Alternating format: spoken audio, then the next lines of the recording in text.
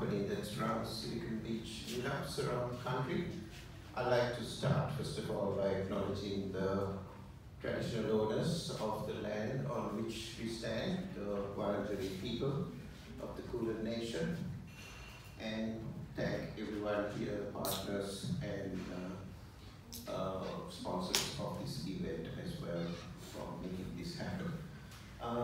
Thank you everyone for coming today, and thanks to Antler for coming to Melbourne. They're based in Sydney, and hopefully we will have them in Melbourne soon. The most frequently asked question of me was, would Antler be moving to Melbourne? Would they open a chapter in Melbourne? My answer to that is it depends on the quality of applications they get for this round. So if you think you're fit after listening tonight, please apply, and then they will say, oh, there's some good people from Melbourne, please come here. So a little bit about Silicon Beach for some of you who were first, this is your first Silicon Beach event. It is Australia's answer to Silicon Valley. It's the only network of startup communities in the world that is a nationwide network, and Australia has that. Silicon Beach is in Melbourne, Sydney, Perth, Adelaide, Launceston, Ballarat, Geelong, and even Darwin now. And we recently opened in Jakarta and Manila as well, so it's not only Australia, it's covered the whole of Asia Pacific region. So we have about 24,000 members spread around those communities, and please join us if you are not on our meetup group. Google Melbourne Silicon Beach, you'll find our meetup group. You can also join on our website, brand new website. The address is siliconbeachgroup.org.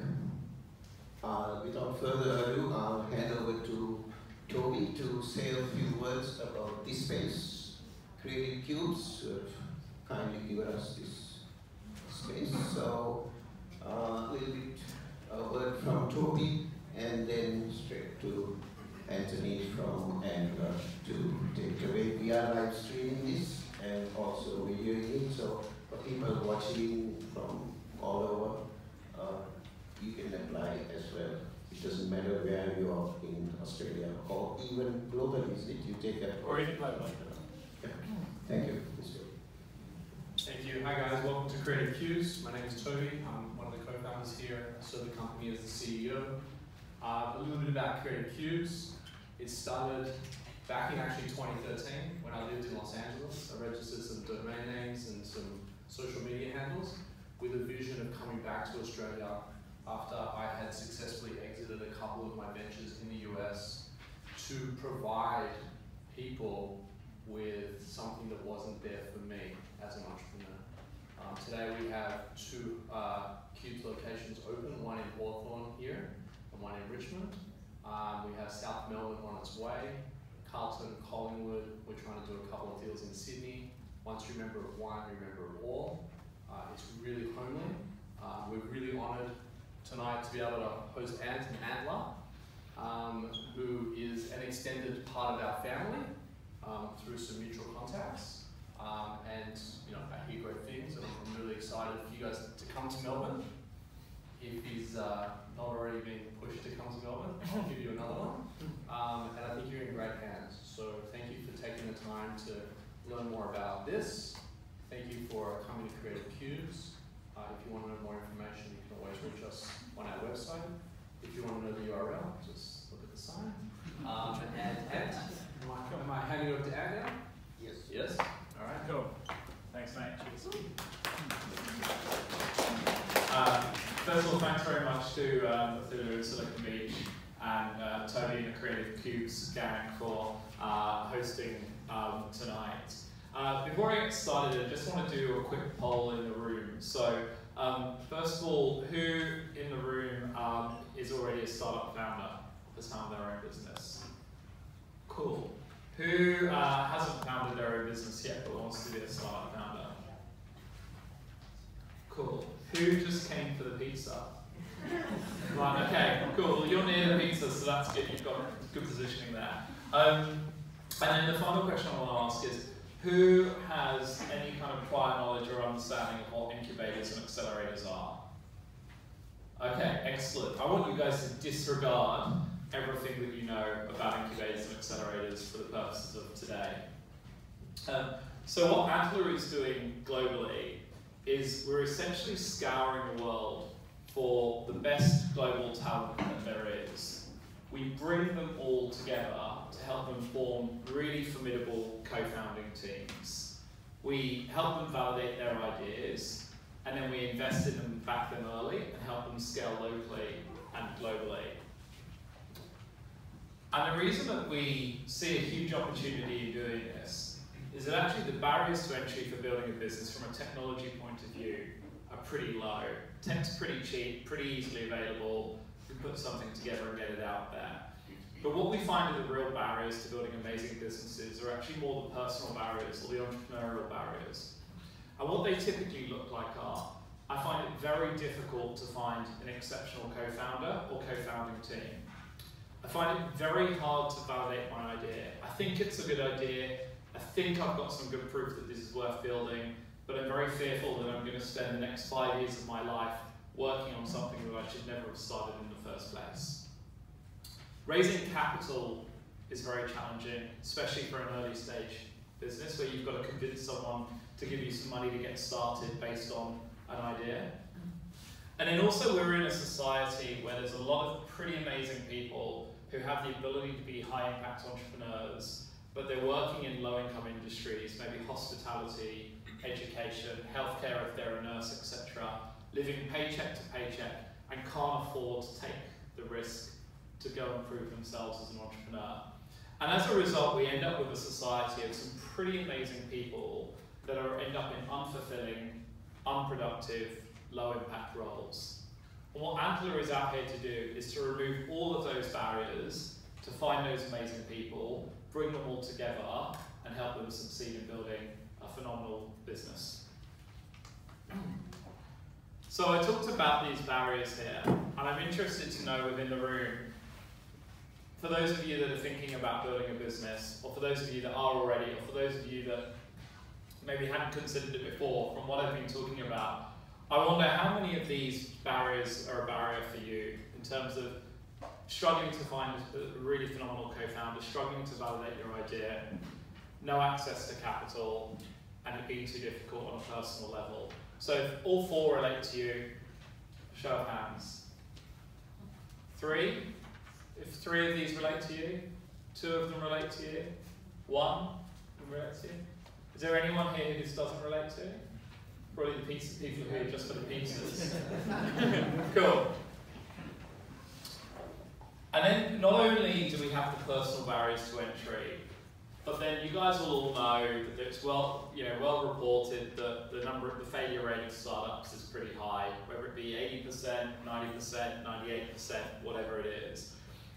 And we actually think a lot of startups fail for what we call bullshit reasons. And those bullshit reasons, in our opinion, are no market need. People building businesses, quite frankly, should never have been started in the first place. They managed to get 100 grand funding to start with, then they limp along, then they go and get another 25 and another 25 and another 25, and after 3 years they finally shut the thing down. Quite frankly, they should never have started that in the first place. Running out of cash is also a problem, and raising capital, as mentioned, is very challenging. And then too many businesses are started where they've got the wrong team to take on the challenge. Now, if that's how you behave with your co-founder, then that's definitely the wrong team. But too many people form businesses with maybe their best friend or their partner or whatever it is, and not to say that they can't be wildly successful, of course they can. But quite often you've got a team that's not capable of actually executing what is a great idea because they don't have the experience or the skill set to be able to do that. And just to explain a little bit about where Antler exists in the VC ecosystem and how this has evolved over a number of years. Back in the 50s or the 60s, you had companies like KKR, Carlyle, etc. that came out and said, look, we can go and invest in private businesses which are profitable, make them much more efficient, maybe strip some costs out, help grow them, and then we'll list them and we'll make some money that way. Then you have the VC guys come along in the 80s, it's kind of around the birth of VC.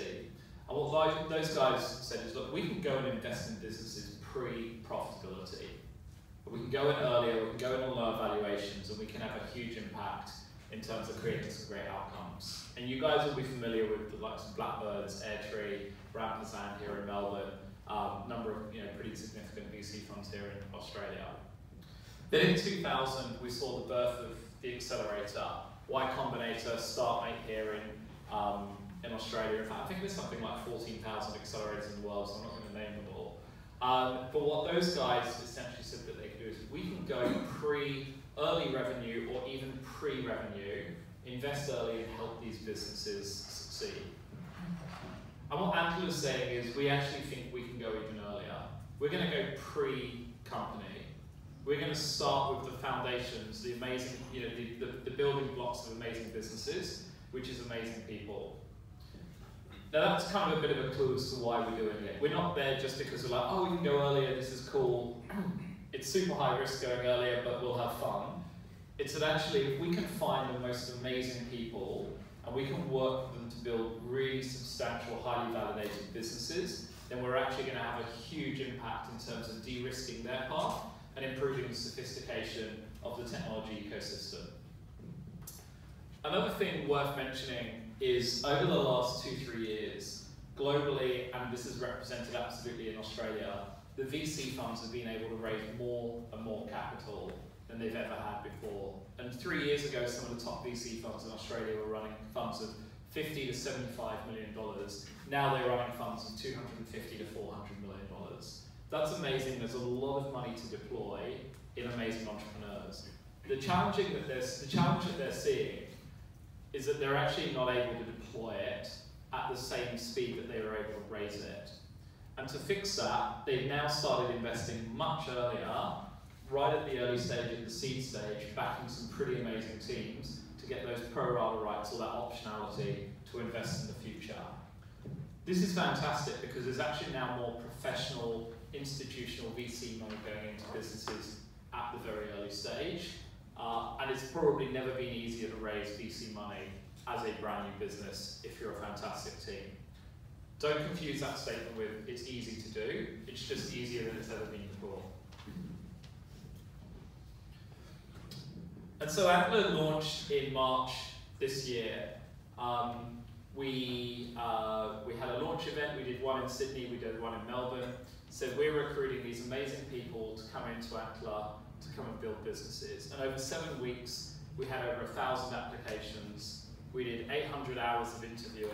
By the way, if anyone can build like an AI interviewing tool that's better than humans, I'll be your first customer. And we accepted 70 founders into our program. And we're looking for people that have a background in either one of 3 buckets: tech, industry or a domain expert, and then commercialization experts, former CEOs, COOs, entrepreneurs, new entrepreneurs, ex-entrepreneurs.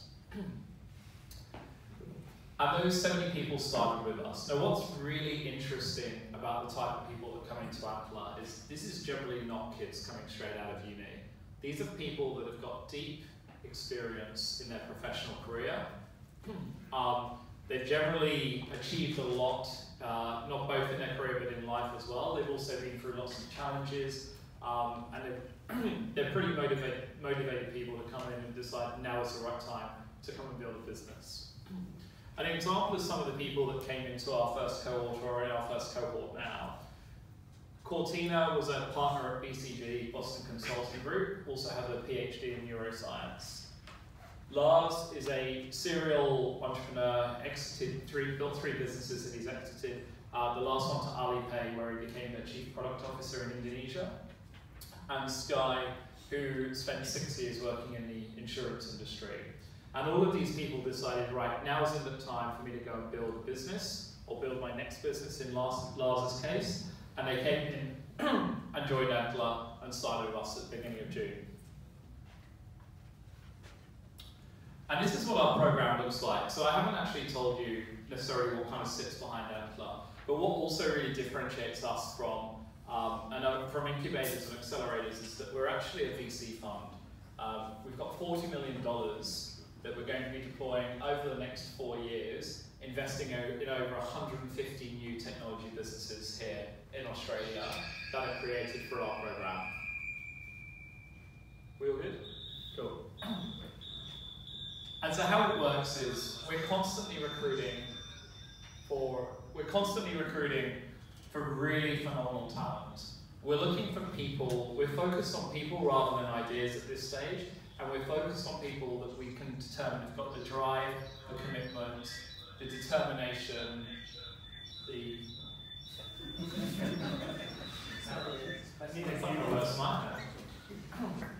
Cool. People who've got the drive, the commitment, the resilience, the grit, the tenacity to go on what is going to be a pretty challenging journey, but are determined to succeed. And they come and start in our program. The first phase of our program is 10 weeks. And the best way to describe this is you're essentially in a turbocharged speed dating environment where you're looking to find the person who's got, or the people that have got really strong complementary skills, who've got a shared passion or interest in solving a particular problem or building a business in a particular area, and have got similar or compatible values to you. Now, everyone coming into our program is generally coming in with 1 to 5 ideas that they want to explore. Some people have been thinking about this for 3 years. Maybe they've already got a prototype. Other people have been staring at a problem at work. They maybe come from industry for 5 years, can't believe no one's fixed it.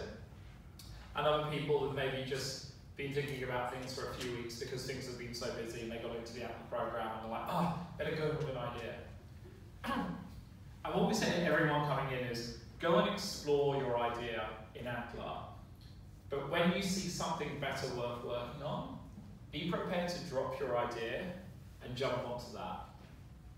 Everyone here is focused on building high impact, high growth, local and global businesses. And the thing they care most about is business success, rather than it has to be my idea. Through that 10 weeks, these teams are, sorry, I'm just going to drink some water very quickly.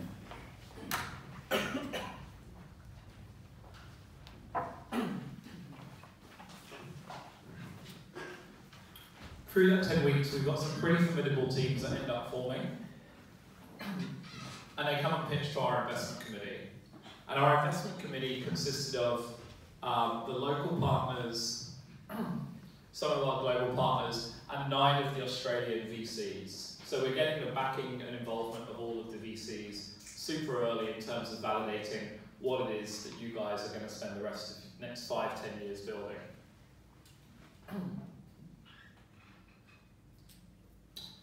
And for those teams that get through and get investment at that stage, they then go through a 3-month company building phase, which is really about getting as much validation as you possibly can with your business. So that can be everything from getting first customers, getting some revenue, if you're building hardware, get a prototype done, etc. And then we take you to a demo day, and we help you raise your next round of funding and continue to help you scale locally and globally. Now, I want to go back to those barriers to entry from an entrepreneurial point of view, or those barriers that hold people back, and reflect on this. The first one, who here agreed that it was very difficult to find a formidable co-founder or co-founding team? Quite a lot of you here, right? If you come into the Antler program and you get accepted in, you know that you're in the top 3 to 4% of applicants. You're now in an environment where there's up to 99 other people who have quit their jobs, quit whatever it is that they were doing, and they're determined to find a co-founder and build a business. It is the most fertile environment that you will ever be in. If you come in as a domain expert or a commercial person, you'll have up to 40 amazing technical people to sit down and work with before working out who it is that you want to work with. It's a really incredible environment for finding a co-founder. You're also in an environment where you get to bring your idea in and work out whether it actually is a great idea. And it may be a good idea, but you actually may find something better. And I'm going to talk a little bit later about a story where we had someone coming in with some pretty amazing ideas and they were able to upgrade their idea, and they're doing some pretty exciting things now. Because after 10 weeks, you know that if you come in and you find a co-founder, you'll be pitching for 100K funding for your business for a 10% stake, so we value your business at $1 million. No one's wasting any time fundraising through this 10-week period, running around the city with a half-baked pitch deck trying to convince people to put in 10 and 20 grand. You've got a clear path to capital, and so you're just completely focused on building a really strong case for investment. And finally, because we know there are those amazing people out there that are living paycheck to paycheck and they can't afford to take that risk, we try to do our best to support these people by making sure that everyone throughout this 10 weeks period is paid 6 grand to help cover core living costs. To some people that won't make any difference, to some that could be the difference between them being able to have a go or not. Throughout this as well, it's an incredibly supported environment. We've got a team of 11 people. We've got 4 venture partners. We've got over 60 advisors, and we've now got over 110 investors in our VC fund that get very, very engaged and very involved. So it's an amazing networking environment for you to be able to go and validate what it is that you're doing, find customers very, very quickly, and ultimately be successful very quickly, or also fail very quickly, or at least kill your idea and move on to something else. I'm going to play a quick video now that gives you a bit of a view as to what the Antler environment looks like. And this was done earlier this year as part of our first cohort.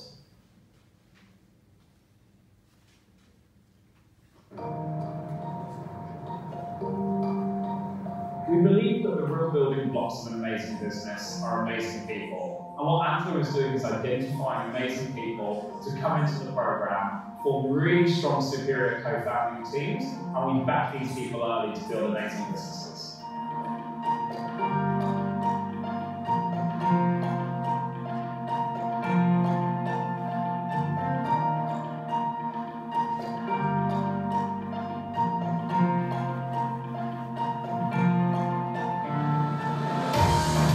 The thing I love about Antler is its mission. It's got this amazing mission to transform the Australian landscape. We have gone out to find some of the most brilliant individuals that this country has, and we have selected them based on the spike in skills that they've shown, their drive, their tenacity, their willingness to build companies.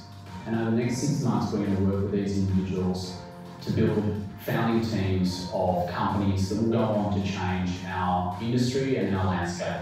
We think that this is important not just for people who are in the tech industry, but it's important for Australia. It's important for us to build top-tier jobs that will come as a result of the companies that are generated inside the Antler program.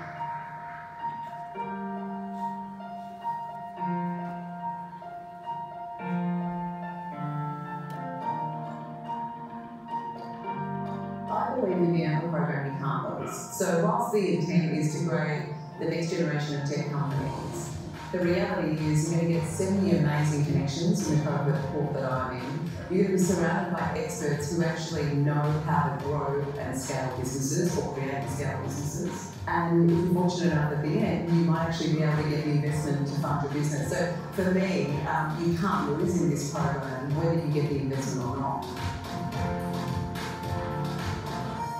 I joined Antler for 2 reasons. The first one was from a proposition perspective. It was just a kind of no-brainer for somebody who's looking around at starting a business in the first place. So the idea of getting paid or like to try and validate some ideas, having a cohort of actually super talented people, so rather than having to me go out organically looking for co-founders. And then also the fact that you had the demo day teed up at the end, so that you had all of the ingredients, I guess, to actually launch the business very, very quickly without having to waste too much time. The barriers to entrepreneurship are still quite high.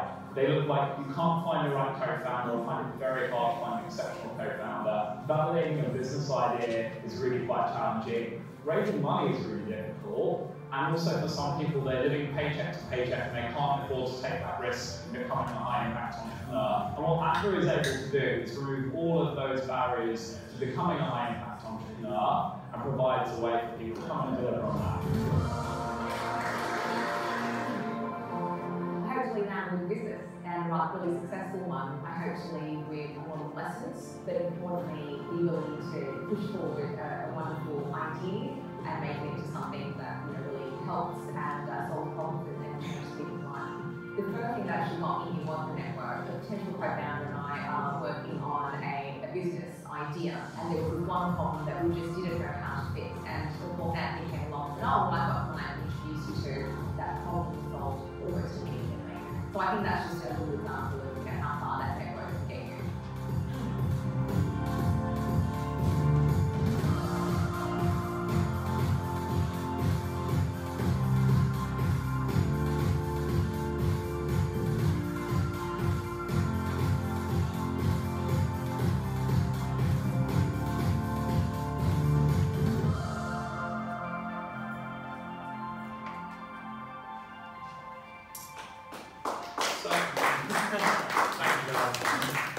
So everything that I've shown you so far is all about de-risking the journey for the entrepreneur.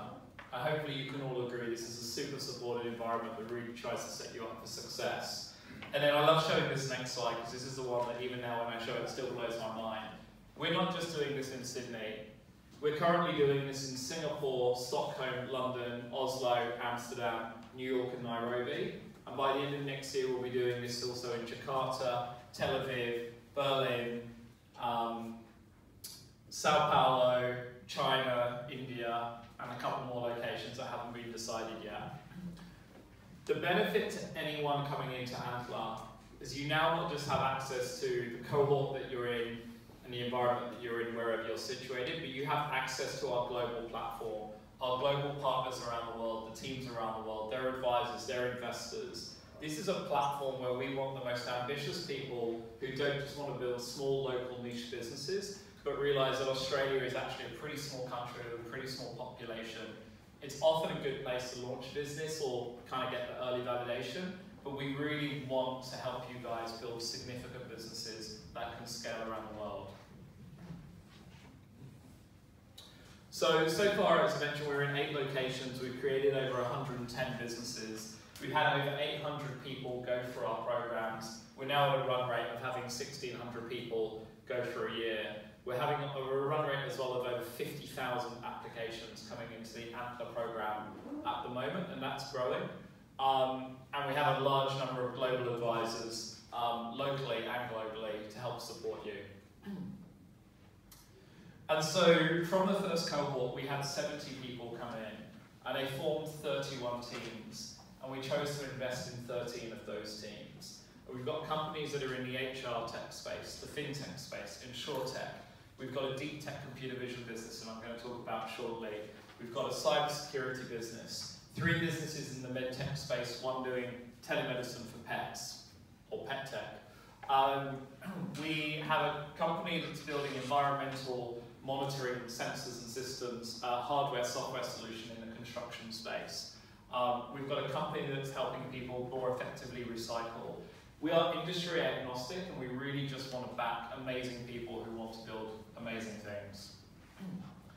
I mentioned before about the demo day, and I've just inserted this because this picture is just awesome. But at the beginning of November, we hosted our demo day. The City of Sydney realised what we were doing and said, how can we help? And said we needed a venue for demo day. And so we went and pitched, and I went and pitched to the mayor and everyone at the council, and they said, yes, you can have the venue. And I walked out with my colleague Sarah, who'd written the grant submission and done all the work leading up to me going there to pitch. And I high-fived, and then as soon as I did that, I've never so quickly had buyer's remorse before, where I was like, how the hell are we going to get 1,000 people to come to a demo day event? Not only did we get 1,000 people to come to our event, but we also had 1,100 people live stream the event. And now the video's been seen, thousands of times. But it was pretty amazing, not just for the Antler team, but for every company that was in Antler to be able to stand on that stage and pitch. What was also quite interesting about our first cohort that really differentiates us from other environments is that often demo day is the first time where people get on stage, show what they're doing, and then interested investors or parties or customers will come and talk to those companies, and hopefully they go on to raise money. Such is the strength of the teams that we had in our cohort and the speed at which they had been able to move, that by the time we got to our demo day, 5 of them had already raised further rounds of funding, fully or partially raised further rounds of funding, the smallest being $600,000 round, the largest being $1.8 million. It was pretty amazing to be in a situation where we've got such high quality teams that local investors and also global VCs want to back them early. So to talk a little bit about the Antler team, I mentioned earlier we've got 11 people here on the ground, and something that you'll see that's quite common of Antler around the world is they're actually run by entrepreneurs, people who've had successful entrepreneurial experiences. Talk a little bit about my background. I was born in London. I started my career as an investment banker at UBS for 3.5 years, doing M&A and IPO deals in the technology sector. And after 3.5 years, I'd worked out that I was more inspired by my entrepreneurial clients than I was by the people who were further up the food chain. So I decided to jump out before it got too late. And I went and joined the family business, which was a bricks and mortar sports store. Over a 5-year journey, a 5-year period, we essentially turned that store from turning over £500,000 to launching it into 9 countries online and turning over £35 million.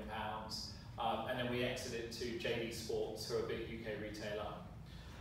I married an Australian back in 2011, and as soon as I completed my earn-out with JD, like all good Australians, they take their opportunities well and say, right, we're going back to Australia and drag everyone with them. So I came to Australia and wasn't here for very long before I teamed up with a guy called Marcus Calvetza, and we launched a business called BrickX. Does anyone in here know about BrickX or have heard about BrickX? So it's online fractional property investing. We launched the business. Within 10 months, we had about 7,000 investors on the platform, raised $9 million in Series A funding from Reinventure and Nav Ventures, and then I continued to build that business and grow that business. And after 2.5 years of running that business, decided to step back from the day-to-day running of that business, and shortly after joined Antler. Bede, my co-partner at Antler Australia, he's from Sydney. He went to Harvard. He then went to BCG, worked as a consultant, got transferred to Indonesia, where Rocket Internet got hold of him. For those of you that don't know about Rocket Internet, they're the big venture building business that's behind a lot of well-known brands that you guys will know. In Australia specifically, HelloFresh, The Iconic, etc. And Bede was one of the co-founders of Lazada, which is Amazon's biggest competitor in Southeast Asia, and ultimately exited to Alibaba for $3.5 billion in 2016. So Bede and I co-lead Antler Australia. We've had real experience, we've built real businesses, we've scaled significantly from nothing, and we know the journey that these entrepreneurs are going on, and we're very hands-on with the teams. Just to talk a little bit about how Antler actually came into existence. Magnus Grimland, our CEO and founder, started life as a Norwegian Navy SEAL, then went to Harvard, then went to McKinsey, where he was a junior partner after 6 years, and then Rocket Internet got hold of him, and he went and co-founded Zalora, which is Asia's biggest e-commerce fashion site. And when Global Fashion Group combined Zalora with The Iconic and 6 other brands, Magnus became the COO of that $4.5 billion turnover business. And it was while Magnus was doing his earn-out there that he came up with the concept of Antler, which is really taking the best bits of the business models of the businesses that he's been at before. Rocket Internet are really well known for being able to attract some of the most amazing talent around the world, bringing them all together to go and build ventures on behalf of Rocket Internet. McKinsey are very well known for having a great distributed platform around the world where they're able to, they don't have to have experts in every single location, but they can leverage that. And that's exactly what Antler is. We're able to attract the most phenomenal talent to come to us to build businesses. They're not building businesses for us, you're building businesses for yourself, which is a big difference between us and Rocket. But we give you this distributed platform to enable to give you a huge global unfair advantage.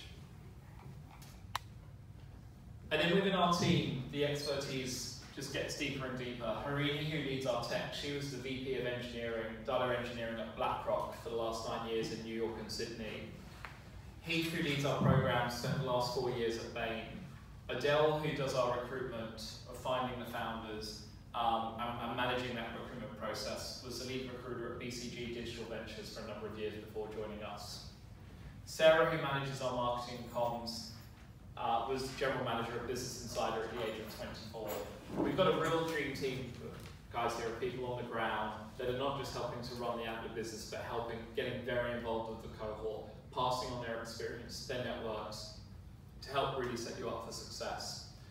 And then we've also got a number of venture partners who are typically ex-entrepreneurs, or they work deep within industry, who are spending half a day to 3 days a week with us, mainly in a coaching role, helping you guys solve the problems that you're coming up day to day against. And then our global advisor network means that not just are our advisors here advisors to our companies in Australia, but a lot of them get contacted by Antler alumni and Antler businesses around the world, and that is a reciprocal right that you guys have. So if you're building a fintech business, you may want to speak to 1 or 2 fintech experts in Australia, but you also may want to get some different perspectives and speak to a fintech expert in Asia or in the US or in Europe. So before I go to talk about a couple of the businesses, I'm just going to walk you through very quickly what the recruitment process looks like if any of you are interested in applying to come into the next Antler program. I mentioned at the start we're running 8 of these programs over the next 4 years. They last for 6 months, but ultimately it's the first 6 months of a 5 to 10 year journey for you to go and build your business. The next one's starting on January the 13th, and we operate out of the Sydney Startup Hub, which is in the Sydney CBD above Wynyard Station. So you can go onto the website antler.co and apply to come on the program. There's a recruiter screening, and then you go into the first interview, which is about your motivations and personal impact.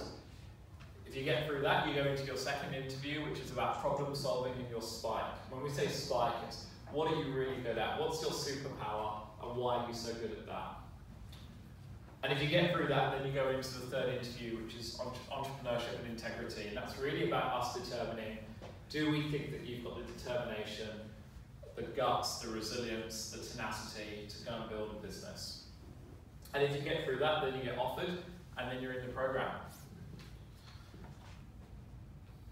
I think before I go on to talk about 2 of the businesses, and I'm going to give you some really, walk you through their journeys and show you how they've come to be so successful so quickly. I'll kind of open it up to you guys to see if there are any questions before I go forwards. Yeah. So you don't have a location in Melbourne? We have a location in Australia. So we're an Australian-wide VC fund. We have to be somewhere. It just so happened that 2 partners live in Sydney. What we're doing, we're about 25% of the people that are coming into our next cohort are actually coming from Victoria. And what we, with regards to the program, this phase here, everyone needs to be together, because this is the point where you want to be in a super fertile, really deep and rich environment to find the best possible co-founder. Once we've made our investment decision, then we're pretty chilled about people actually not necessarily having to stay in our office if they want to relocate, and it makes sense to them to relocate. And we're working with Creative Cubes to make sure that we've got some space for you guys to be in Melbourne as well for that second phase. So for phase 1, 10 weeks, we have to be in Sydney full time? Correct. Okay. Correct. I'm thinking about rent and stuff. Yeah, so we help contribute, we pay 6K through that period. So you have a spare room at your house? And Bede will very happily give up all of the spare rooms in his house as well. So, yeah. Yeah, 2 things. What's an LP, and is this likely to be available after the presentation? It says LP in the second bottom row. Which is shared by LPs. Investors. Oh. I'm just like, where does it say on that page? LP is limited partners, investors in our fund. And is it going to be available? I don't know if we're sending it around because I don't know if we've got everyone's details, but why don't you take a picture of it now? And I meant the full. The full thing? Yeah. I think we can probably get it sent around. Yeah. Fantastic, thank you. Yeah. Did you register through the meetup? Yeah. Cool. We'll get distributed You through can that. send it to both meetup anyway, right? Yeah. Cool. Just wondering if you only back tech-driven businesses, or it can be like, obviously, service-based or any sort of businesses? Yeah, so you're right, I didn't actually talk about that. So what's our investment criteria? So we're looking for businesses that are highly scalable, VC backable, and 100 million plus opportunities if we think that you're going to execute that and fulfill the potential. Of course, the thing that we care most about is actually how good is this team, and is this team actually capable of going through it. When we talk about highly scalable, which is quite often linked to a VC backable, we often find that those businesses have a technology backbone. So businesses such as consulting businesses are generally not highly scalable because you just have to throw more and more and more and more and more people at that. But things where you ultimately are growing through the implementation of tech and building a bit of an engine that once you start putting more into it, kicks more out, that's typically what we're looking for. And you find a tech doesn't have to be a deep tech business, but they've got tech backbones to it. They're generally digital businesses. I'm just not clear enough. Like in terms of like tech backbone, like there can be various in terms of tech can certainly be what you call like the driving, not the driving force I would say, but it has to go like to scale it. We need tech certainly, but it's not tech driven really. So would you still be able to like? Would you still back it? Like I'm not sure. Sure, I mean we're talking about a very mythical idea here that I don't know anything about, but the reality is if it's a highly scalable business, then the answer is yes. Yeah. So, by tech, do you just mean the tiny bit called IT, or the rest of the technology? It could be, for some it will be a very small component, that we've got a business in Sweden that's doing... I'll give you an example. In Sweden, I know that there's a business that's selling baby food. You may be like, well, what's the tech angle on that? But actually, it's a B2C distribution platform. They built it. It's all going through their website. They get the scalability through that. I'm going to show you two examples shortly that have got larger tech components to it. But when I say tech, I'm not talking about you have to go and invent tech, but they're generally scalable because you can leverage it through the implementation of existing technologies as well as building new technologies. But not just IT, other technology. Yeah, well, I mean, it comes back to highly scalable businesses. Yeah. So is there a plan to establish a presence in Melbourne?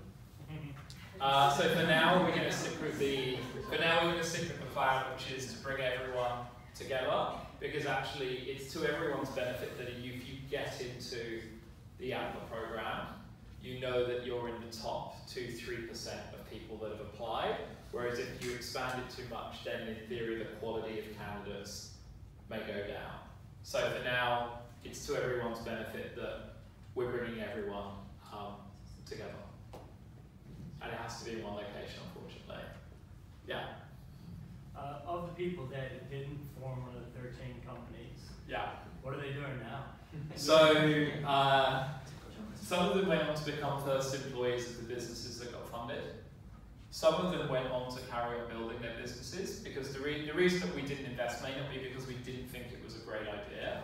It may be because actually it's just too small an idea, it's a niche, it'll only ever be a 3-4 person business. If they want to pursue it, they absolutely should. They own all the IP. Antler never owned any IP. And then there were some pretty bad ideas. You know, generally what happens is people either become first employees, go off to do their own thing, or go back into the workforce. Did they know they were bad ideas? Yeah. We're very honest with our feedback. Like, we're trying to set people up for success. The guys that pitched it to you, do you think they knew it was a bad idea that wasn't scalable, but it was the best thing they could come up with in the template? That may happen. Yeah. So of the people that apply for you, what's the percentage of people coming from Sydney or surroundings to the rest of Australia? Yeah, I think the rough numbers for the next cohort is about 60% Sydney. We think that the Melbourne, the Victorian talent pool is as rich as the New South Wales talent pool, so we absolutely want more people coming. We realise it's probably a little bit easier for people from Sydney than it is from Melbourne at this point in time, and you know, we have to be somewhere. I'm sure if we were here, everyone in Sydney would be complaining.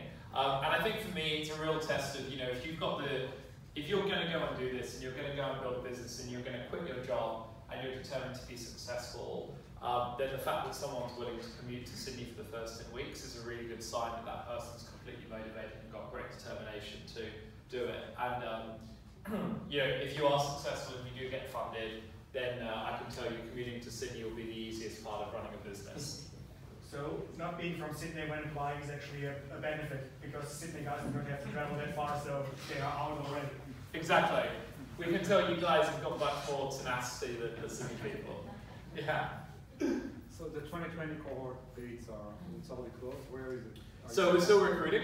So we'll be recruiting right up until the day before. If we have a phenomenal candidate apply the day before, then we'll try and fast track them in if we can. But the real reality is that the recruitment slows down in about 10 days time. Because if people are in employment and thinking about quitting their job to come in, they normally have notice periods, etc. We've currently got about, I think it's about 70, low 70s of people, something already coming into the next, starting with us in January, and I think that number will end up being close to 80, 85 people starting in January. So you have 10 spots. You have 10 spots there. Look, we actually have no target number. Like it's all quality driven. So if we can only find 70 amazing people, we'll bring 70 in. If we can find 102, we'll bring 102 in. It's really, we're not trying to fill it for the sake of filling it. Yeah. Do you look at Ivy League degree for getting selected? That's the biggest question I have, because most of the time, I'm sorry to say this, most of the VC firms, when they look at co-founders, the idea might be great, have traction, but oh, this guy doesn't have an Ivy League degree. So if I was out there looking just for Ivy League founders, I'd probably have a pretty small cohort. Yeah. There are absolutely Ivy League people in the cohort. And there are plenty of people that aren't, and I think that that's it's a pretty biased selection filter. We generally find that people who are Ivy League are obviously generally quite high quality, but there are also plenty of really high quality people that didn't go through Ivy League. So we don't have any bias to it. We don't have any bias to it. Thank you. Yeah. So you've given us a lot of examples of really fantastic things that people who've been accepted into the program have done. But looking at it, that you only accept about 0.045% of people. If someone has under 5 years experience, does that mean that they're probably not going to get in and should delay applying for a few years? It really depends it's really down to why you think you're ready for this and why you think you're going to be a high impact entrepreneur and what you have done, not necessarily just in work. So our youngest person into the first cohort was 23. Had 2 years of work experience, but had been coding since the age of 14. He would spend all of his weekends doing all of these projects. He showed us all this stuff that he did, and we just wanted to make the most perfect complementary technical co-founder to someone who had a really strong and firm idea. If you're a technical person and you've only just started 6 months ago, it's probably a bit early for you. So there's no real rule around it. It's really down to the individual person. That's just to following up on that in terms of what exactly is your screening process? Is it normally people have got a piece of resume, or whether it's your video face-to-face interview, whether it's really how exactly are you filtering the applicants? So just want to know more about that. So the first thing is we ask you to upload your LinkedIn, or if that's an up-to-date, upload a resume. We obviously want to make sure that it's relevant. So if someone says, my entire career I've been a taxi driver, let's say, and got then it's like we're not quite sure why this person's there. But if they were a taxi driver on the side and coding for 20 years, then obviously that is relevant. So we're just making sure that we're screening for proper applications. And then they're conducted if you're in Sydney and you want to come and do it in person, great. If not, it's done over the phone. Right. With our recruiting team. No, because from what I've seen, the qualities that you're looking for, the tenacity, I think a piece of resume or maybe even a LinkedIn profile is not really able to... So we don't look for that out of the CV specifically. Right. It's the difference between, okay, this is interesting, this person's worked in this career or done that, let's start talking to them. And that's when we really get to know you. So we're not judging from seeing your CV yet, instantly they're in. That's why we have a pretty thorough multi-step process. Right. Yeah. What's the ratio of founders to aides or teachers or whatever you want to call yourself during those 10 weeks? Yeah, so we've got, there's 11 people in our team. We've got 4 venture partners, and then over 100 investors, 60 advisors. It's not, the thing that's actually the most valuable out of this, yes, we do spend a lot of time with you, we do one-on-one coaching, we're always available for asking questions on Slack or whatever it is. The thing that's actually really incredible about this is actually the strength of everyone's personal networks coming into this together. Because you imagine you bring 70 people together that have got on average 14 years of work experience, which also means a lot more years of life experience, and their own connections and their own networks.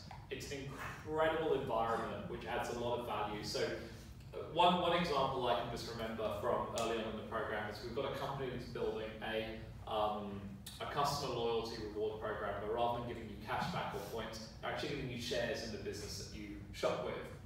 And every Friday we do a sharing session, and they got up on Friday and they said, this is what we've been working on, this is how, this is what we've done this week, we've got so far ahead. Our ask to the group is, does anyone know anyone that works within big loyalty programs within retailers? And someone puts their hand up and goes, oh yeah, my neighbour is the head of loyalty at Woolies, or whatever it is. And it's actually, that happens multiple times over throughout the week through you guys sharing your own contacts, through Slack and whatever the other tools we give you are. So whilst we're there to help support, we actually find the richness of the environment is just really sensational in terms of just, again, increasing that advantage of you being successful. I think what I'll do is I'll go on to talk about some of the companies. Conscious of time, we'll try and keep it kind of 5 minutes for each. So here we've got a company called Quicker.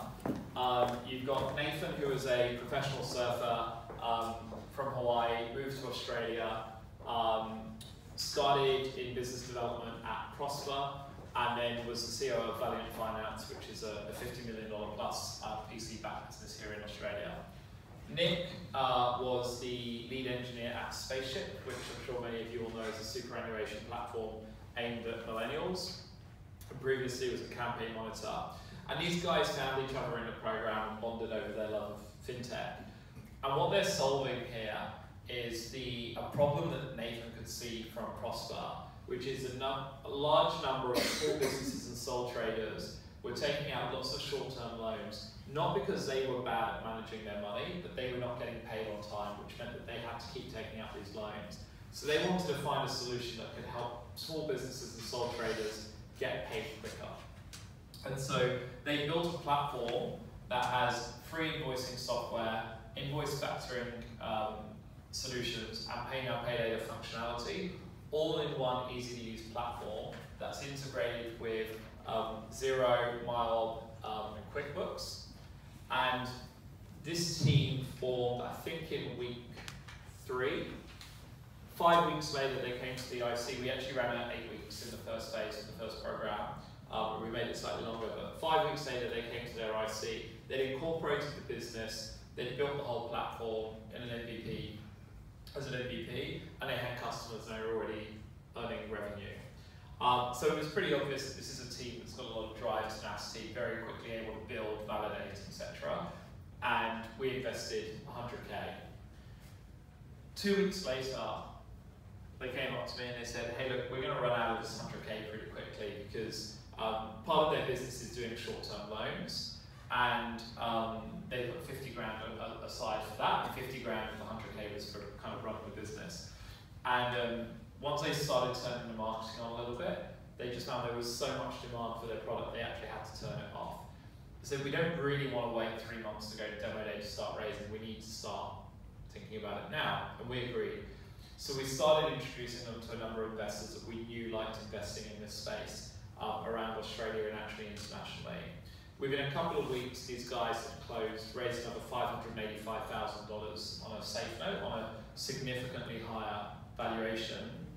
And they also got commitments from the incoming investors to put in place a very significant multi-million-dollar credit facility, such that scaling that business wasn't going to be an issue in the early years. They got some pretty incredible lead investors from Melbourne family offices, as well as lead investors out of Sydney that have got experience investing in the likes of Afterpay and those types of businesses. These guys are now absolutely flying. I think they've got 130 customers now, processing shed loads of invoices through their platform. And what's really amazing about these guys is to think that 5 months ago, they didn't even know each other. And they actually only incorporated this business about 3.5 months ago. So I'll play you a quick video about their experience.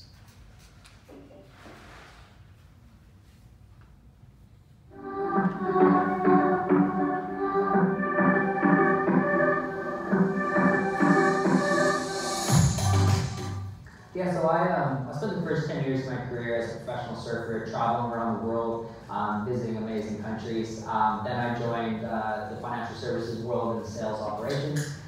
Moved to Australia with my wife about 4 years ago, and that's really where I got introduced to the fintech scene for high growth companies like Prosper, Dying Finance, and senior leadership roles. I've always been a builder, that's what I do, that's what I'm good at. I've led engineering teams, I've done that for high automation companies, high growth companies here in Sydney. Well, I think Nick and I found each other because we came in, we met some of the networking events prior to the official kickoff of the program. One of the things we've always done is we've been looking at that from a financial area, fintech scene. I remember one of the best meetings we actually had here was with one of the other advisors. We came up with this kind of harebrained idea, and he essentially said to us, what do you know about this space? What are you doing? What are you good at? We're like, fintech. He's like, I feel like you know what you're doing, and that was really helpful. That's the advice we got throughout the whole program, hands down. We started with the problem. We started looking at all the big problems that are available today. I basically say, hey, can we solve this problem? Or Nick, can you build a solution for this problem? And he would say, well, prove to me this is actually a problem. The initial conception for this was, Nick had the idea of, let's build a dashboard, let's build this, let's build a mobile app. And it's like, dude, we do not have the time for that right now. What is the minimum viable product we can do? Let's unpack that. I think when you have that sales ops process and someone who's working on the customer-facing side and someone's actually building for what customers are wanting and listening to the finite detail of what their actual problem is, it's a really good combination. I think that's really where Nick's helped complement my strengths and weaknesses, which has been an awesome factor. Yeah, so the program's been actually a really great launching pad. Obviously, getting the initial funding was a big help, helped us bring on some core first hires, which are really critical for us to be able to actually prove and further validate the business model. But more importantly, the network and the amount of people that we're able to interact with, where sometimes it would take months to get a meeting, you could get a meeting in days. Yeah, absolutely. It's entirely that. Essentially, we're finding each other, getting that funding, and then being able to actually execute on this. And it's almost like the program's put the right people in front of us. We've had very little in regards to struggles when it comes to actually finding the right people. I think that's testament to just the team and the program itself.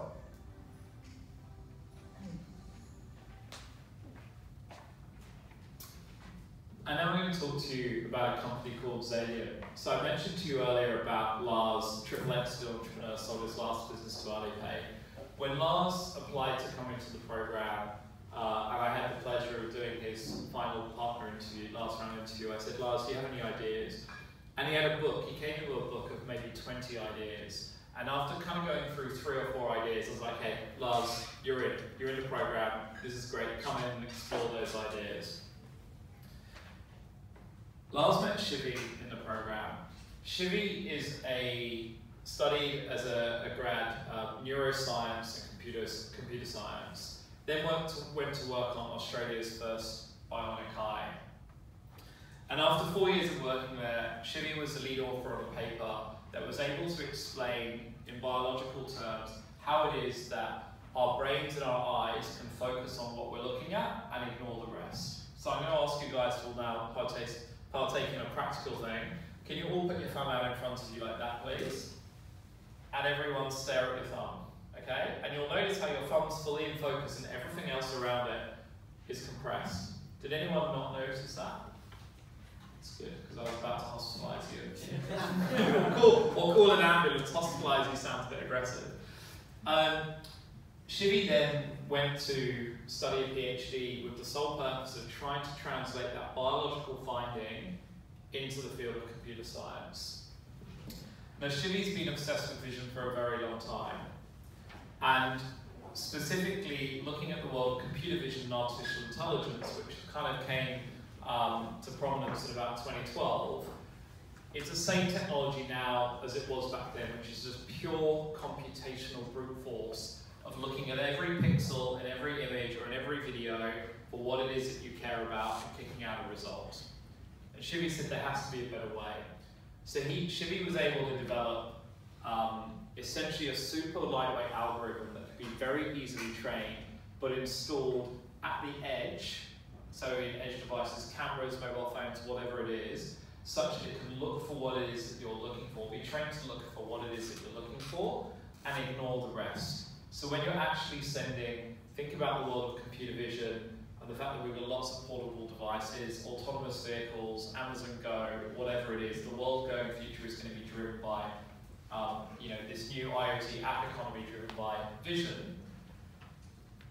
What Shivi's basically able to do is this algorithm is able to reduce the costs of computer vision applications by between 90 and 99%.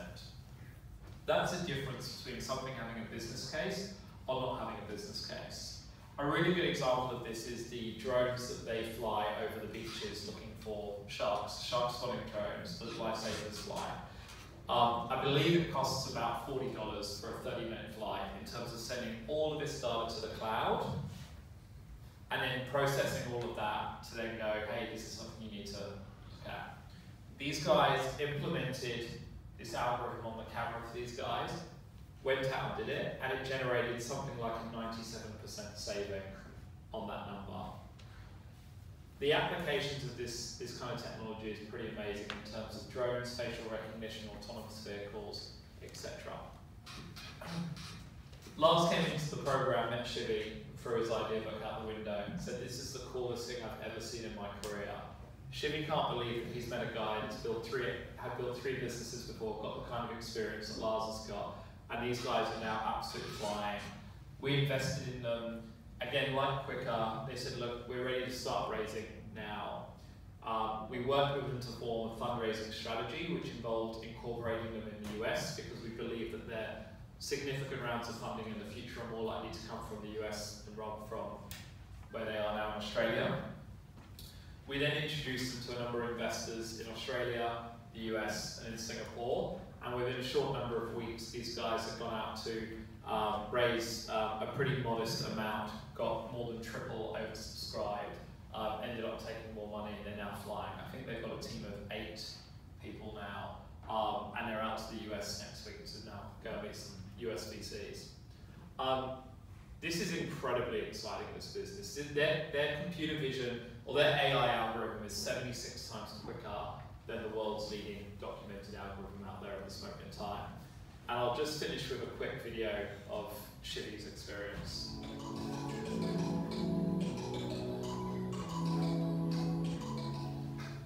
So before I studied evolutionary biology, neuroscience and engineering at Melbourne University. After completing my honours degree, I went and worked as a research engineer building Australia's first bionic eye. So that's when I fell in love with vision. I then wanted to pursue this in artificial intelligence and build vision for machines, so I went on and did a PhD in artificial intelligence and computer vision. And during my PhD, I made a fundamental scientific discovery, and I was very excited and passionate about it, so I wanted to commercialize this. But I had no idea what to do. So that's when I was looking for a program, and that's when I heard about Antler, because I wanted to find a co-founder and a program that had an extensive network that would help me achieve my goal. So one of the difficulties being a startup founder is trying to do things by yourself, especially someone with my kind of background, deep tech, research, scientific oriented. I don't have any formal background in business or commercialization, and so Antler really helped find a very complementary co-founder. They also helped me get access to a wide network of advisors that really helped shape things. Yes, we did get pre-seed investment of $100,000. And such is the strength of the team at Salient, myself along with my co-founder Lars, who is a serial entrepreneur who sold his last startup, Alipay, have managed to, in 8 weeks, a matter of 8 weeks after the investment, raise a further 7-figure amount. This will significantly help the team grow and accelerate our product development. My best advice would be don't try and do things by yourself. I found that after years of effort and time after high school at university, you end up working in academia or industry and you don't truly appreciate it. Instead of being a small cog in a big machine trying to build someone else's dream, if you're genuinely passionate about your research and what you're doing, go out there and start your own company. It's pretty inspirational, right? And if it wasn't for Antler, there probably would be no Salient. Shivi would still be working out how to commercialize this technology, and Lars would probably still be sitting on Bondi Beach, which he's pretty happy he's not doing at the moment. So, guys, that's pretty much the end of my presentation. I'm going to stay around for a little bit. If there are any questions, I'll do another 5 minutes of questions up here at the front, but if people want to go, please don't feel that you have to stay. And I'll stay around for a little bit longer as well.